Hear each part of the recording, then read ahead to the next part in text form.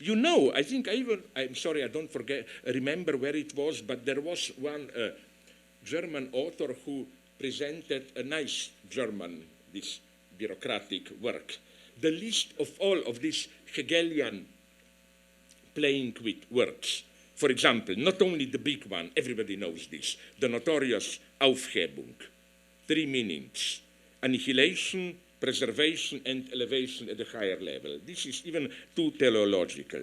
But then, for example, when Hegel speaks about contradiction, radical difference, he says that in a contradiction, the thing destroys itself, zugrunde gehen. And this is how he arrives at the category of Grund, no? Or even, it's not even purely at this conceptual level, where Hegel clearly mobilizes all the contingent ambiguities language. Sometimes he even is very evil, I love him, at a personal level.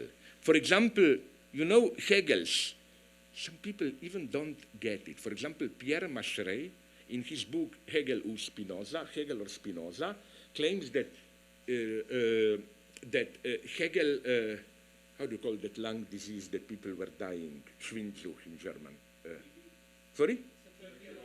Yeah. That Spinoza died according to his philosophy for TB. The guy doesn't have a point. He just takes this as Hegel's cruelty. No. Hegel, the German term for tuberculosis, it's Schwindsucht. Schwindsucht means suchen, to search, to disappear.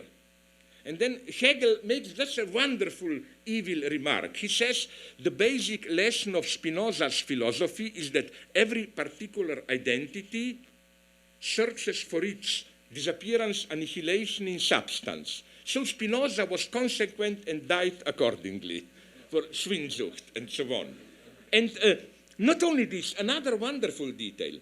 Hegel, who was no German nationalist, when he has chosen Berlin, is not the seat of the German Reich. Read his letters. It is money, money. How much? At some point, it looked that he will be more paid in Amsterdam. He got an invitation. And it's interesting how immediately he wrote his Dutch friends. Can you bring me as many as possible? He was started already to learn Dutch.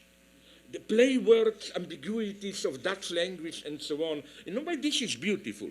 Because he didn't play Heidegger game, Hegel here, of, there is a deeper wisdom of German language. No. This is what I like, that you can fight the contingency of language. But how you fight it? By mobilizing the contingency itself at its most stupid and contingent. It's almost the same thing as Freud, when Freud says in a crucial remark that when you, the way you can be sure that you encounter something real in a dream is when in a dream you dream about a dream within a dream. That's the form of the appearance of the real. And this is one aspect. We find this in Hegel. On another aspect, also interesting, I claim, is that from the opposite side, also the Freudian unconscious has often a wonderfully Hegelian reference to form. In Freud also, unconscious can be formal in the sense of simply the form, the medium of expression. I will give you now again, there are much more complex examples, but a wonderfully simple example. When Freud reports again of a woman who told her that she was dreaming that she is pregnant, but she cannot say, the dream became unclear, it's not clear, it's a mess. And then Freud discovered a very simple one, but let's focus on the form. The idea, what did this insistence, it's not clear, and so on, all of a sudden the woman started to refer to the form of her dream or Tagestraum, daydreaming. And his solution is that the woman wasn't able to confess to herself that, well, she was sleeping around with many men and didn't know What was unclear was who the father is. And this unclarity enabled, this was too much for her to admit it, even in the content of a dream, it appeared as the uncertainty in the form of the dream. So you know, this wonderful logic where content is censored, but what is censored in content returns in the very form.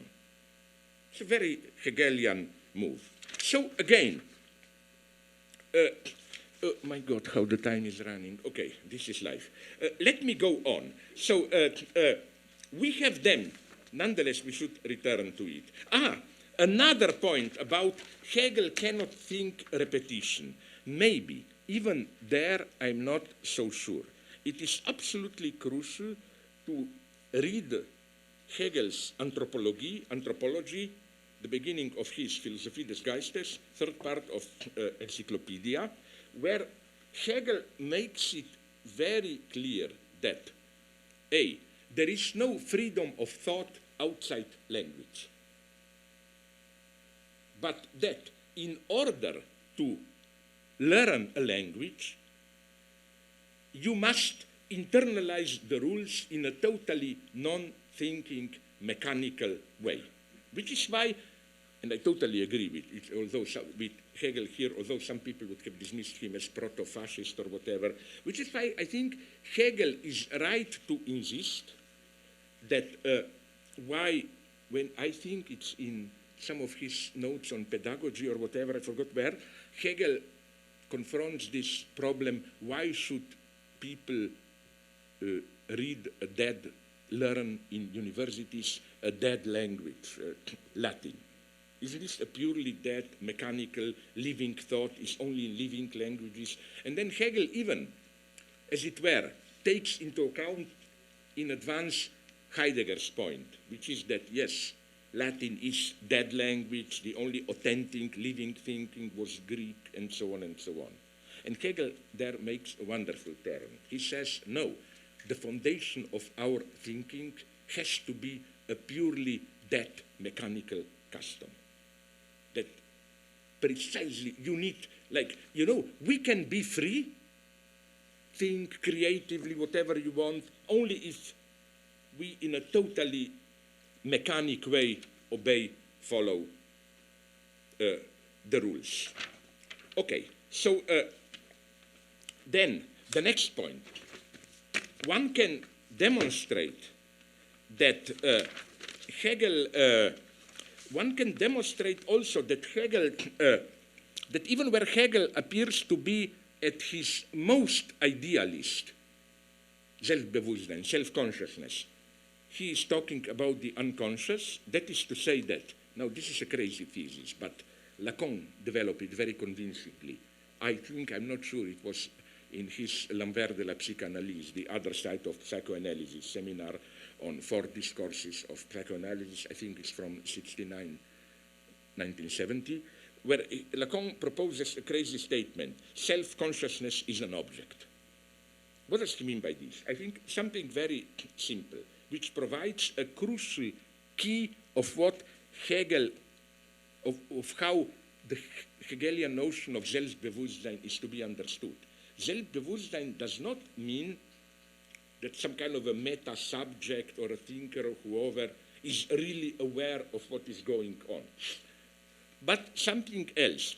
Hegel himself provides, when he writes about the functioning of the state, and when he develops in what sense the state is the Selbstbewusstsein, self-awareness of a society, so that a society doesn't exist as a true subject without state. But then Hegel uses some wonderful examples. For example, he says that this doesn't mean that the guy, this is now crucial, this doesn't mean that the state consciously knows what it is doing, even less does it mean that the head of the state, the monarch, knows. No, Hegel says it openly. The head of the monarch, the head of the state, the monarch, is an idiot. His only duty is to know to sign his name and so on.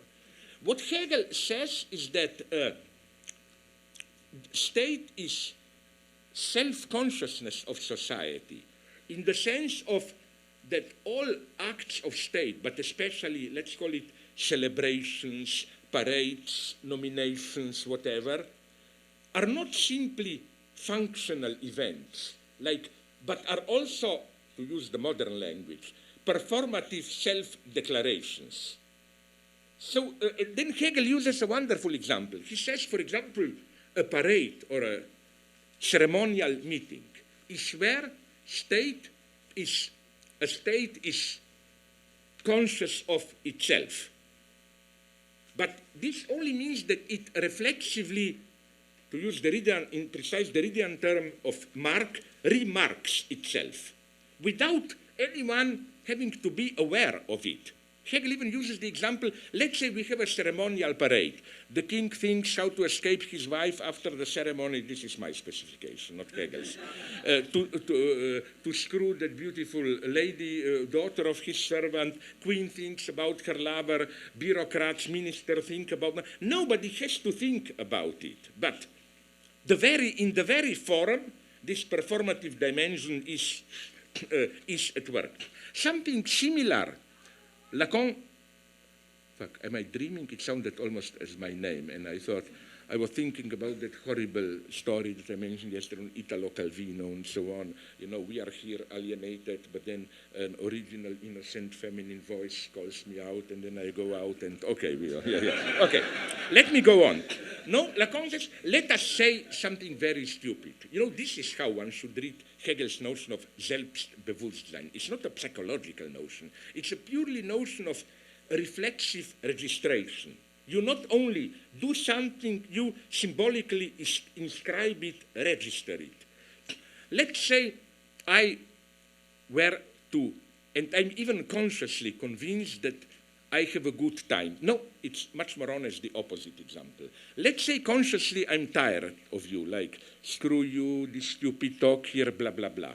But let's say then I were to produce a gesture, a symptom, which would nonetheless signal the opposite, that maybe I'm narcissistic, maybe I like you, whatever, but that I really enjoy to be here. It's just a gesture, a symptom. Isn't it that that symptom is my true self-consciousness? Only there I remark where I truly stand, that I become aware in a purely formal way of symbolic registration that the whole idea that I hate you, I want to be over is false. And Hegel even mentions somewhere when he criticizes divorce in marriage, I don't agree with him, but he makes a nice point, which is that often people privately dream about cheating on their wives, husbands, and so on.